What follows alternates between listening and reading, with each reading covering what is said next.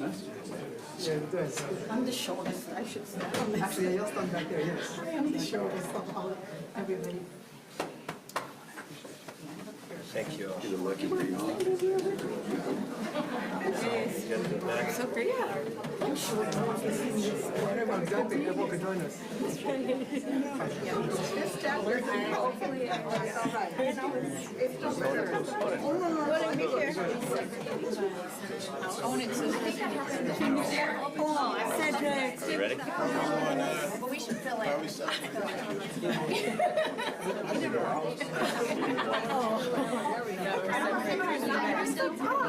No, don't stand behind me. No one is Everybody ready? All right. Good evening, everyone. Welcome to our 10 p.m. press conference. Appreciate you all joining us. We have a really good announcement tonight. We have struck a deal that is going to be an incredible result for the drivers in the state of Minnesota.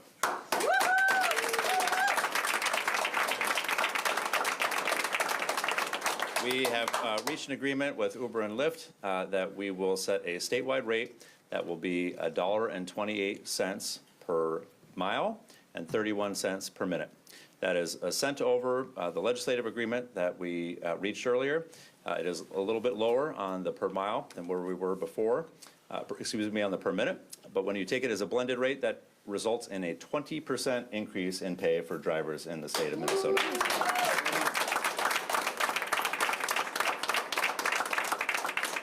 It also means that we will have the strongest insurance provision for drivers in the entire country that is included in this bill. And so we are incredibly excited about the announcement that we have today, and I will turn it over to Senator Erin Murphy. Excuse me, Majority Leader Erin Murphy. That's all right. I am very, very happy to be with everybody, and what a good idea it was to call a recess in the Minnesota Senate so many of our colleagues could be here for this important announcement. Thank you for that. This has been the work of so many people for 2 years, and I am a proud participant, but the people who made this happen are our authors, working with the drivers, and so many of our colleagues who kept centered in this effort the needs of working people and the needs of Minnesotans to have access to rideshare. It was a hard-fought compromise, and I am incredibly proud of my colleagues, of the city councilors in Minneapolis who have participated with us to make sure that we could reach a deal with the drivers, reach a deal with the companies, and most importantly, with the legislature and with the governor. And with that, I'm happy to introduce Governor Tim Walz.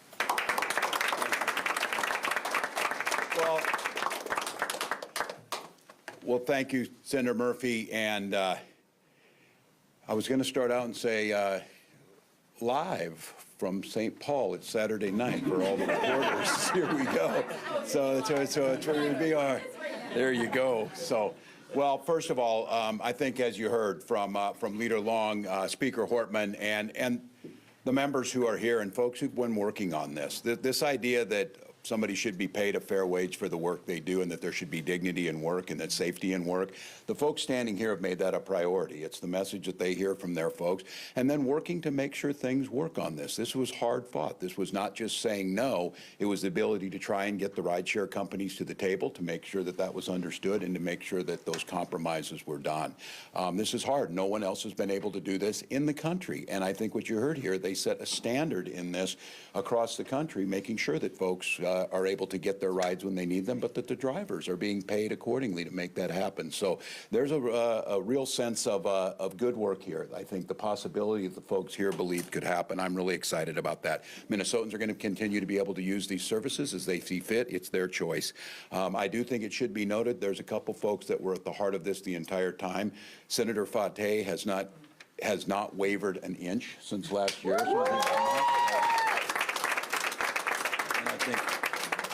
And that is not easy to do. Representative Hassan has done the exact same thing the whole And again, a simple hearing from their constituents, just fairness to make this work. And our economy can work. It can work for workers, it can work for the companies, it can work for the consumers, and these folks prove that happen. I also am going to say that I am incredibly proud of the work that the Commissioner of Department of Labor and Industry, Commissioner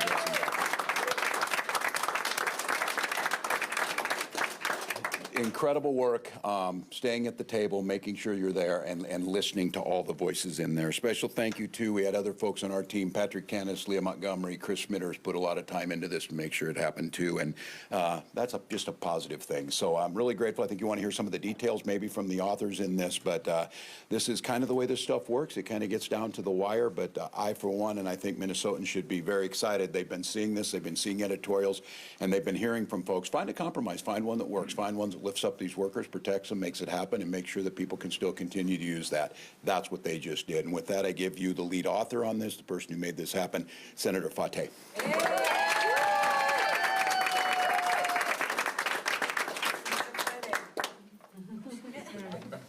This damn bill. Oh, man. You're right. It's been 2 long years.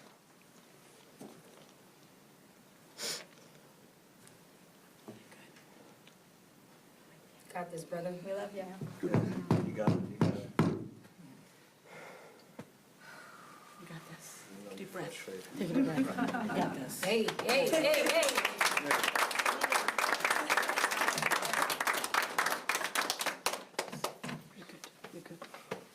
You good? Yeah. You good? Come on. It's been hard for him. I mean, It's hard stuff. Good evening, everyone. My name is Hodin Hassan. I'm a state representative from District 62B in South Minneapolis. It's an honor to be here. And as you can see from my brother here, it's also an emotional night. We've been at this for 2 years, and this has been about fair wages, fair treatment, and protecting workers. Minnesota has a long history of protecting workers. Minnesota is a labor state. And this conversation has always surrounded around, we need to pay our drivers a fair pay, and we need to give them the same protections. Nobody gets behind those wheels and say that I'm not going to go home tonight to my family. They drive that car to earn money for their families.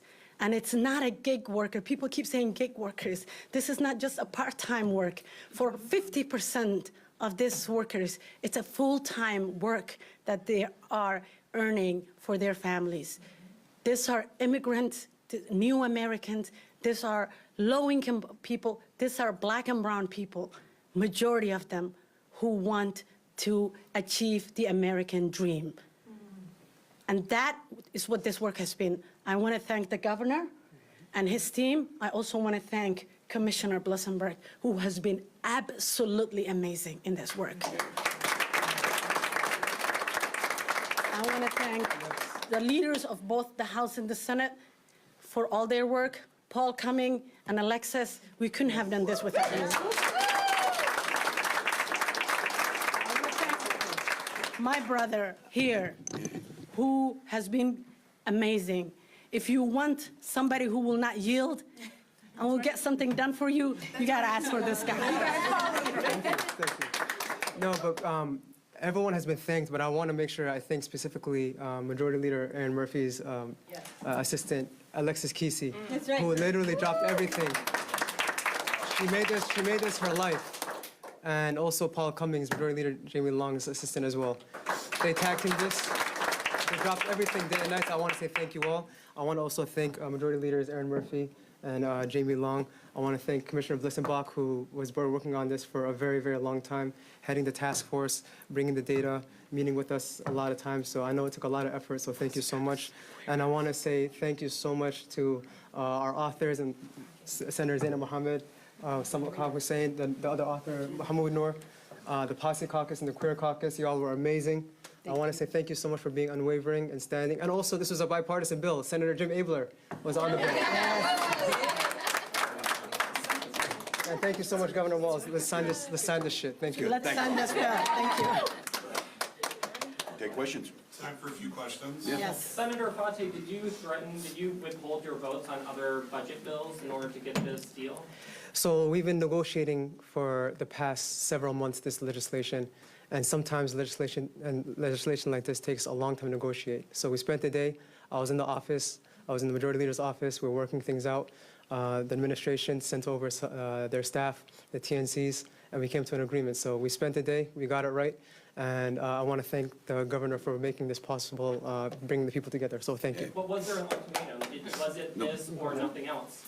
No, we were working together. It's legislating. We're negotiating all day. You want to explain your decision to not be present on the floor this morning? Yeah, I was in my office this morning, working with members, trying to get the bill done. Obviously, at the time I got in the office, I was told the bill wasn't in the shape it was supposed to be. So I got to do my job. I got to get to work, and that's what I did. Does this bill preempt the city of Minneapolis? So the bill includes some preemption. It does not preempt the existing ordinances that the city has in place. So the city ordinance right now licenses TNC companies. They make sure that the drivers are safe, so they provide background checks and the like. So it doesn't preempt those existing ordinances, but it does preempt for the scope of the bill. So it would preempt the ability to have other minimum compensation and some of the data provisions. So the July 1st pay rates that Minneapolis delayed, this preempts those? It would. And what changed your thinking on that when you were pretty adamant that you didn't want to do preemption? So I don't think any of us who are up here for this are for preemption, but we are for the best deal we can possibly get for drivers. And this was the best deal we could possibly get for drivers. We fought incredibly hard, negotiated as hard as we could with Uber and Lyft, and this was their condition throughout. They made that clear in their public testimony and all of the committee stops. They've made that clear the entire time we've been negotiating with them, and we would not be able to get a deal like this without taking this step. And this is incredibly important for these drivers. They were celebrating in the halls. It's the strongest TNC bill in the country. Yes. This is also the strongest TNC bill in the country. The protections, the insurance, the deactivation, and the pay. This is a great bill. Right. Senator Murphy, this morning when you recessed, you suggested that it was going to be just momentary or brief. Obviously, it went on 11 hours. So what changed that it had to be negotiated all day? So if you have been involved in a negotiation, and particularly a legislative negotiation, it takes time. There are multiple parties that have been involved in this effort, and things generally, when you're about ready to reach the conclusion, there's a lot of intensity, and we made sure for the important purpose of this legislation that we were giving the time that we needed to get this done. So Senator Fate has been working all day, but so have a number of our members who are here, including Senator Umar Verbatim, Senator Mohammed, and Representative Abaje, Mahmoud Noor, who's an author of the legislation. There were a number of people who have been involved in this for the course of the day to make sure that we could get this done because it's a priority for the people of Minnesota. It was time well spent. Do you have the time to get other things done? Oh, yes. We're going back to work. We're going to go right back to work after this. Yes, we will.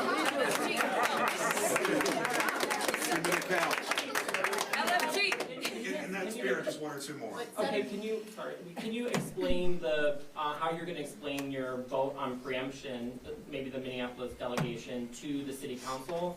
Councilmember Chuck Ty is already saying, watching our Governor Tim Walz cave to multi-billion-dollar corporations and insisting on preemption in Minneapolis is gross. Does that mean she's not voting for me, do you think? I mean, but you all are voting on preemption, so what's your response to Councilmember Chuck Ty who says this is gross and caving to multi-billion corporations? Well, I give tremendous credit to the city council. We didn't get a bill passed last year.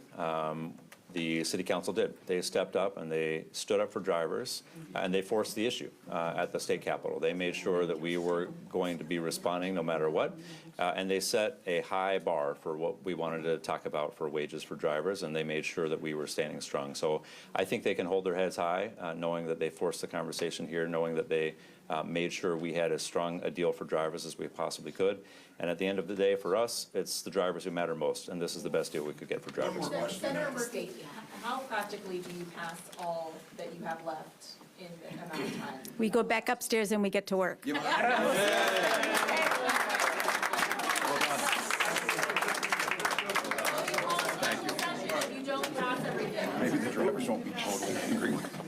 No, there's Things that make it possible. no, they're up there celebrating. Thank you. Let's get some more done. Thank you, man. I haven't seen you in a while. I called you the other day. You did? Yeah. Was on my old phone or my new one? You have my new number? The old one, I think, 502. You lost a lot of weight, too. I know, I'm running like mad. You're lovely. I'm running. Yeah, let me know. You don't have it.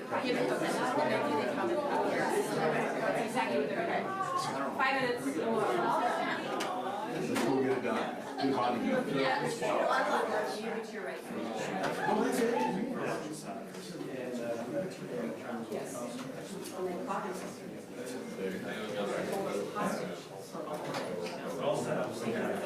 Oh, yeah, no.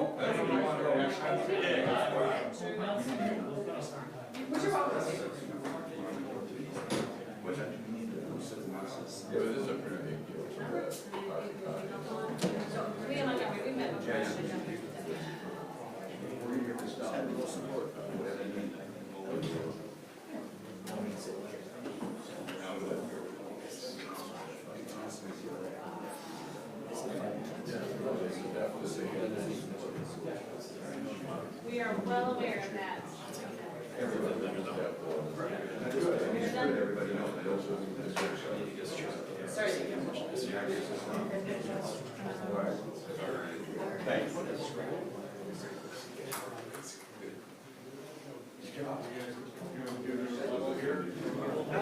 I know, I know.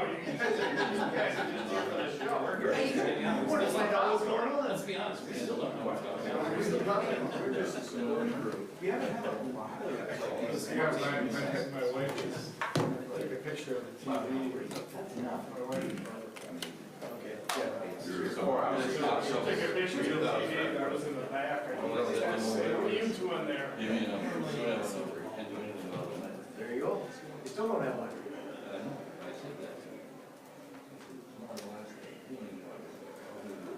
Can't do a bill if you don't have a number. Yeah. Sorry. What did she say was on the TV? Me, apparently they had, you know, my wife is sending pictures of me with the family. He did this for years. Just had other people, Michelle Olsen. That's like my biggest thing, it's like, Reporter, it's like, what are you doing in the seat? Here's the next one, she said, why are you there? See him again in this? You represent C, don't you? She's pretty harsh. That's your wife? No, that's the reporter. Oh, the reporter. They prefer that he be called Mr. Diesel. is that what it's? It's kind of a night you gotta have. Yeah, you can. Yeah, she's like, what are you doing there? I'm like, well, I just, I got nothing to do. Give him to watch the house. Oh, okay. For the third day in a row. That's what I do. Those leftovers are getting quite old. Right. Hey, supposedly we have a Republican response to the Uber Lyft bill coming up in a couple minutes here at the Capitol. Everybody. We're gonna get started. So I'm gonna remind you guys to stand really close to. Okay, You guys are matching. look at that. How did we do that? It's professional. It's professional, yeah. Wonderful. Well, greetings, everybody. It is good to see you out here tonight. We just saw the governor, Majority Leader Murphy out here, along with the bill authors to this alleged agreement that came out. We've been waiting around for 10 and a half hours in the Senate. We came in early this morning to do the work of the Minnesota Senate, put on a short recess as Senator Fate and others were really holding up the work of this state and keeping Republicans in the dark on what was going on. Now we see the unveiling here. It's interesting to note who was here and who wasn't here, and the stakeholders that were mentioned as well. Look, we just got a brief idea of what the bill is. We had to take a recess and come down here to actually learn what the agreement was. We represent 50% of this state, and we were kept in the dark the entire time tonight. So this is very disappointing to see how that rolled out here today. We've got a number of bills important to all Minnesotans, and those are all jeopardized tonight. As we try to figure out how to move forward, we only have about 27 hours left to get that work done, and yet we have 12, 15 bills to continue to work through. And so we'll figure out what we need to have happen, but the reality is that this was really a day where we should have been doing work, and we're not. We were sitting there trying to figure out what was happening while we were being kept in the dark the entire time. I'll turn it over to Representative Damath. So no Republicans were involved in any of the negotiations or anything that was going on this, and we have made ourselves available throughout the entire process that Republicans want to be at the table. The way that I learned, there was apparently an agreement, and it was going to be announced tonight at this press conference, was on Twitter. Senator Johnson and I, along with the other two leaders, had a meeting scheduled with the governor's office today at 1 o'clock, and that was canceled or postponed till 4 o'clock. At about 3:40, we found out that meeting with the four leaders in the governor's office was going to be canceled and not rescheduled. Well, clearly they were doing their work on their own, completely leaving out the voices and the input of Republicans. As Senator Johnson mentioned, there are a number of bills still moving through that do need work. Bonding is still in play, but they have not included Republicans on anything. That is the one bill that is needed. We need 11 votes in the House and maybe 8 in the Senate, I think, 7. So they do need Republican votes on that. I would say everything is still at risk because we have been completely shut out of the process. If they are operating as if it is full Democrat control and don't need Republicans, then those are the results that are going to be had at the end of this in 2 days when we're done, and that's shutting out the voices of Minnesotans, and it is a wrong way to legislate and to govern in this state. I will add one other thing, too. And what we witnessed tonight is just a theme with the Democrats as well. If you think of the SRO issues, the tax bills, the religious liberty, and now the Uber bill, all of those were created by Democrats and then solved by Democrats. Create the problem and pretend that they create the solution to this, too. This is happening over and over again. This trifecta is not being checked, and you're seeing the results of that through this agreement tonight. Questions? Despite the Republicans being left out, when you hear about what's in this, if the companies are on board, and there is preemption, which I know some Republican members really wanted to have, preempt Minneapolis, does this get any of your votes? You know, it's interesting. We haven't seen any language. We have no idea, other than what was just reported at the press conference, what's in there. It does not sound like it's going to travel as a single bill.